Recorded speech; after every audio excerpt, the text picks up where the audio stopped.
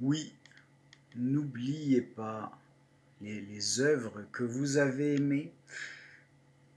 N'oubliez pas les œuvres que tout le monde a voulu mettre en avant, a voulu dire que c'était génial pour gratter quelques vues.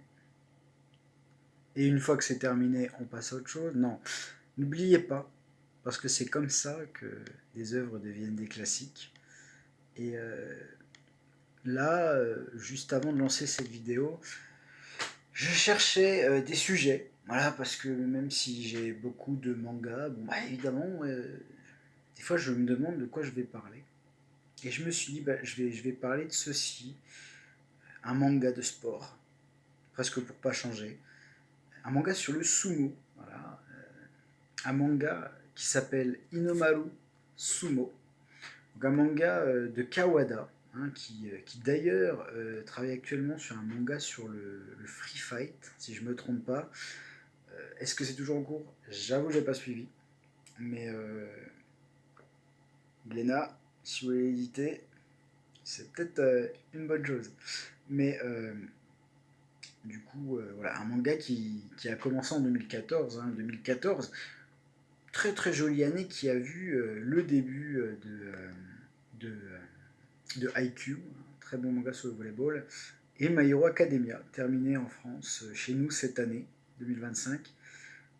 Et donc voilà, donc petit manga qui fait une vingtaine de tomes, qui a eu droit à un animé qui se regarde avec un certain plaisir, tellement il y a beaucoup d'action, de l'humour. Vraiment, l'animé, je me suis régalé. En fait, j'ai enchaîné sur toute une semaine les épisodes et c'était excellent.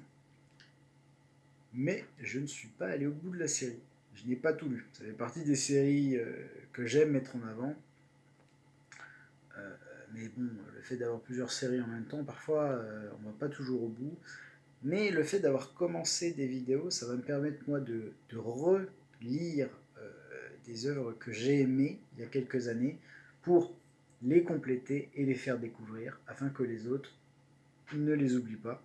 Parce que oui, c'est sûr que parler d'une série qui est terminée, dont on ne parle plus, peut-être que ça fait pas beaucoup de vues, mais j'ai presque envie de dire, et de façon particulièrement polie, on n'en a rien à foutre. Sincèrement, hein.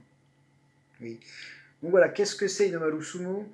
C'est l'histoire d'un petit jeune, un lycéen qui est tout petit. Vraiment, il est très petit. Enfin, je veux dire, c'est pas un nain, c'est presque un Lilliputien, ceux qu'on la rêve du film. Bravo. Euh, mais ça l'empêche pas d'être l'un des plus forts. Et il va relancer un petit peu le club de sumo qui était un petit peu en perte de vitesse, qui avait plus qu'un seul membre ou deux.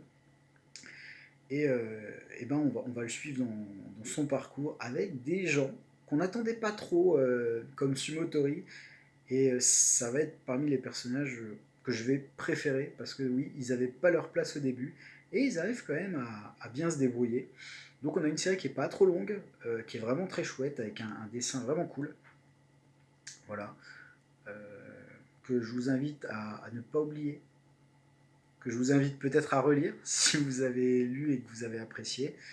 Euh, si vous découvrez éventuellement ce manga avec cette vidéo, n'hésitez pas à vous procurer les tomes parce que c'est un très bon manga. Un très bon manga de chez Glénat. Glénat qui savent y faire avec les mangas, hein, bien sûr, hein, qui savent éditer de très bonnes séries. Mais ne jamais se reposer sur ses lauriers parce que entre les éditeurs qui ont pas mal d'années et qui continuent encore à nous régaler, il y a plein d'autres éditeurs qui débutent et qui font de l'excellent taf pour le plus grand plaisir des fans de manga. Donc bravo aux éditeurs euh, français comme japonais qui nous font découvrir de très bons mangas et de très bons auteurs.